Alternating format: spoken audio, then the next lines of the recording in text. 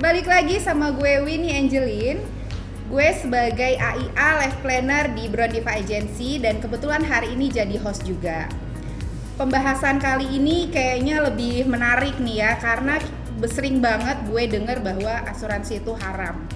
Daripada kita dapat info yang gak jelas, mendingan kita tanya langsung nih sama Bro and Diva yang ada di sini dan selaku Bro Tito sebagai narasumber kita. Boleh perkenalkan diri dulu Pak Tita? Ya, halo, nama saya Tito. Saya adalah Regional Recruitment Head untuk AIA Financial Divisi 3.4. Sebelumnya saya juga seorang trainer di perusahaan asuransi lainnya. Cocok ya. Nah, di sini kan banyak banget nih pokoknya pertanyaan-pertanyaan kenapa asuransi itu haram. Khususnya para agent baru yang sedang ingin prospek, tapi yang di prospek ini selalu bilang nih, aduh apaan sih asuransi itu haram. Nah, di sini udah ada Ade sama Tira, AIA Life Planner di Brown Diva Agency juga yang akan menanyakan perihal yang mereka nggak ngerti nih ke Bro Tito. Jadi bisa langsung aja ya kita tanya sama salah satu dari mereka mau nanya apa sih mereka ke Pak Tito. Siapa dulu nih? Nah, saya dulu aja deh. Rebutan ya. Pak Tito, nih saya mau tanya nih, di asuransi tuh ada konsep konvensional sama syariah. Itu maksudnya gimana ya? Oke, jadi sebenarnya kalau di Indonesia sendiri itu asuransi itu dibagi atas dua untuk pengelolaannya, gitu ya. Ada yang konvensional dan kemudian ada yang diawasi, dijalankan sesuai dengan syariah. Nah, kemudian bedanya di mana, gitu ya? Kalau konvensional ini sendiri dasarnya adalah akad yang dibangun antara nasabah dengan perusahaan.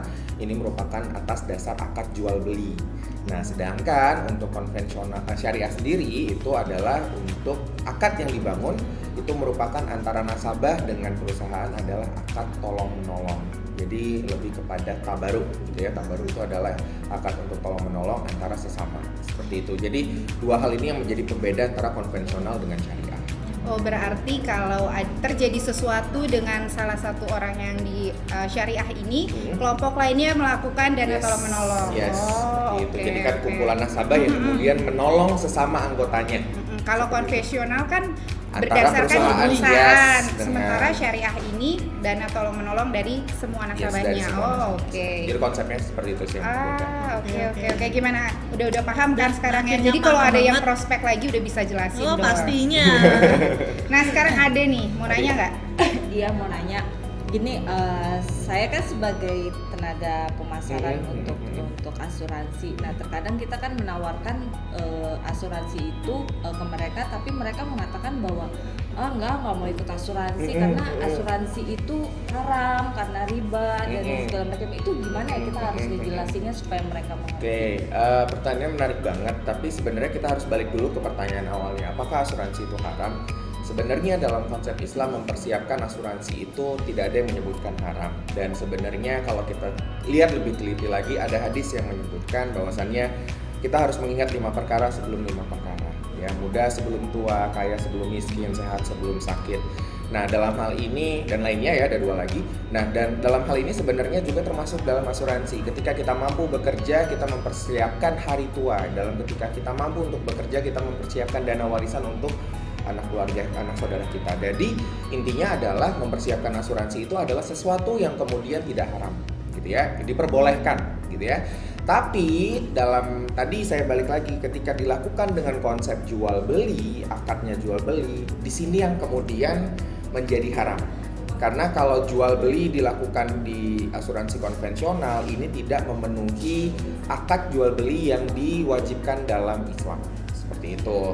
Nah, dalam hal akad asuransi konvensional ini ada 3 hal nih yang kemudian tidak sesuai dengan ajaran agama Islam. Yang pertama ada namanya maisir.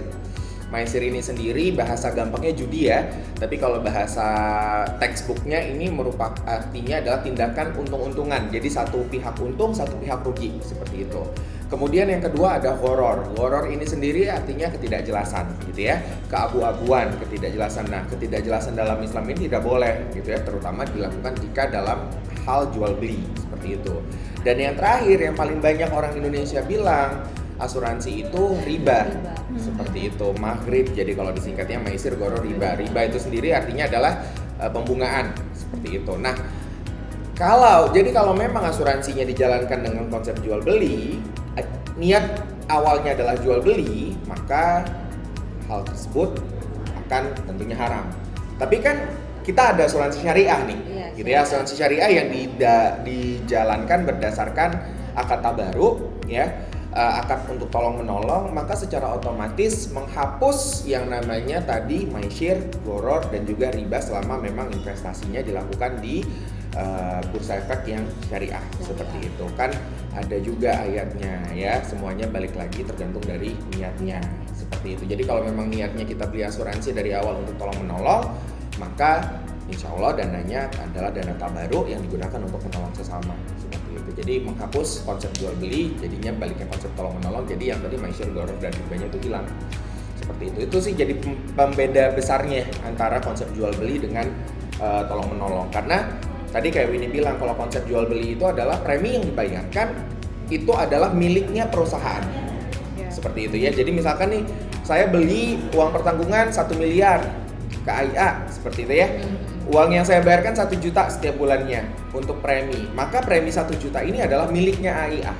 Kalau konsepnya jual beli, karena saya beli uang pertanggungan. Iya, benar-benar setuju. Ya kan? Nah, tapi kalau konsepnya dana tabaruk nih, misalkan kita berempat gitu kan, mau punya UP masing-masing 1 miliar. Tiap bulan kita kontribusi nih 1 juta, 1 juta, 1 juta. Ternyata nih ada anggota dari kita di Jakarta misalkan meninggal. Ya kan? Nah, keluarganya yang ditinggalkan, ini kita siapkan warisan melalui dana tabaruk tersebut. Dana yang udah kita kumpulin dengan member-member yang lain tadi, seperti itu, yang dikelola oleh AIA untuk masalah administrasi, pembayaran, dan lain sebagainya. Jadi perbedaan konsepnya luar biasa jauh sebenarnya. Itu yang jadi pembeda antara asuransi syariah dengan asuransi konvensional. Oke. Kalau gitu kayak gue pengen nanya juga satu pertanyaan terakhir nih. Biasanya di asuransi konvensional kan sudah ada bahan sejenis pengawas lah ya. Nah, Pak Tito bisa jelasin nggak ke gue kayak kalau di konvensional siapa yang ngawasin, di syariah siapa yang ngawasin? Oke. Kalau yang di konvensional, asuransi syariah, asuransi konvensional itu sama seperti perusahaan lainnya, kita diawasi oleh OJK ya. Karena kan semua industri keuangan semuanya diawasi oleh OJK dan juga Bank Indonesia. Tapi untuk yang non bank semuanya jatuhnya di OJK seperti itu. Sedangkan asuransi syariah sendiri ini diawasi oleh DSN, Dewan Syariah Nasional, Majelis Ulama Indonesia. Jadi setiap perusahaan asuransi yang punya unit syariah, mereka wajib yang namanya diawasi sama Dewan Pengawas Syariah. Itu ada auditnya, karena mereka mengaudit apakah memang konsep operasionalnya masih sesuai dengan syariah atau tidak. Itu ada laporannya juga. Jadi sebenarnya perusahaan asuransi yang kemudian menjual produk syariah ini bukan cuma sekedar mengganti nama, mengganti term, enggak. Itu ada proses audit, ada proses pelaporan, dan kemudian ada proses supervisi dari Majelis Ulama Indonesia juga yang menjamin bahwasannya perusahaan tersebut memang menjalankannya sesuai dengan syariah. Seperti itu jadi karena ada ekstra pengawasan dari MUI inilah itu yang menyebabkan mereka juga harus patuh dengan dengan namanya ketentuan Islam ya gitu. Jadi nggak sembarangan. Semuanya berarti secara syar'i lah ya. Secara syariah seperti itu. Karena kan ya kalau kita melihat lagi pengawasan tertinggi terkait dengan ajaran agama Islam di Indonesia ini kan jatuhnya di MUI ya, seperti itu ya kan, tidak ada lagi badan yang lain. Jadi ya kita sebagai masyarakat seharusnya sudah percaya dengan asuransi syariah. Kenapa? Karena dijalankannya sesuai dengan syariah, diawasi oleh MUI. Ya ilmu saya sih nggak sampai untuk bilang asuransi syariah juga itu haram gitu ya, karena yang saya yakin orang-orang di MUI itu punya kapabilitas lebih jauh, lebih bagus, lebih pemahamannya lebih menyeluruh dibandingkan saya seperti itu. Jadi saya buat sebagai orang yang hanya belajar kulit-kulitnya saja sih mempercayai seperti itu terkait dengan peraturan yang mereka keluarkan seperti itu. Gitu. Wow. Terkait dengan investasinya juga ya, Iya, terkait dengan investasinya juga tuh kan kita tuh banyak yang ngomong tuh riba. Sebenarnya Riba. ribanya tuh bukan hanya di konsep menyeluruhnya, enggak. Jadi ribanya tuh di asuransi konvensional tuh juga hanya ada di bagian investasinya. Nah, tapi apakah kemudian di asuransi syariah itu juga tidak boleh berinvestasi? Boleh dong. Kalau enggak umat Islam mau makan apa gitu ya. Kalau kita nggak boleh berbisnis, kita nggak boleh berinvestasi. Tapi selama investasinya dilakukan di tempat yang benar, dan juga yang kedua adalah memenuhi persyaratan dari agama Islam itu sendiri ya. Misalkan nih kita boleh nggak berinvestasi di perusahaan yang bergerak di bidang makanan, food and beverage? Boleh nggak? Boleh dong, seperti itu.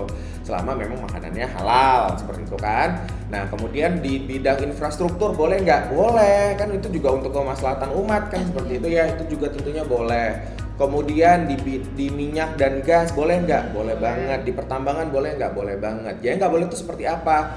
Bank-bank yang memang dasarnya adalah kalau bahasa Islamnya konsepnya memang ribawi, memang mengambil keuntungan atau biaya operasionalnya itu diambil dari pengembangan bunga. Nah, di mana kita sama-sama tahu bunga itu di Islam kan nggak boleh ya, seperti bunga bank itu nggak boleh. Terus yang kedua, misalkan perusahaan makanan tapi makanannya nggak sesuai dengan syariat Islam, dia produksinya minuman keras, alkohol, itu boleh nggak kita investasi di sana? Ya nggak boleh. Dan yang terakhir adalah perusahaan rokok, itu juga nggak boleh. Jadi ada kok satu pasar modalnya sendiri untuk yang sudah ngumpulin di yang sesuai dengan syariah, itu namanya kalau di Indonesia itu Jakarta Islamic Index, IIX. Jadi itu bursa efeknya khusus untuk syariah. Jadi balik lagi ya, sekali lagi saya tekanin, kalau memang kita ada keraguan-keraguan untuk membeli asuransi terkait dengan konsep syariah atau tidak, yang amannya beli yang syariah. Kenapa? Karena itu sudah diawasi oleh MUI sendiri seperti itu. Jadi secara konsep dan secara pengelolaan ini sudah sesuai dengan syariat Islam seperti itu. Gimana? Udah pada puas belum dengar jawabannya? Udah ngerti lah ya. Kayak pembahasan kali ini tuh bener-bener menarik banget. Sebenarnya sih masih pengen ngobrol nih, cuma kalau diterusin kayak bakalan sampai sore. Jadi Sobat Brondiva TV jangan kemana-mana, tetap terus pantengin Brondiva TV karena Brondiva Agency selaku yang handle Brondiva TV ini akan memberikan kita selalu edukasi seputar asuransi. Jadi jangan kemana-mana. See you next time. Bye-bye. Bye-bye.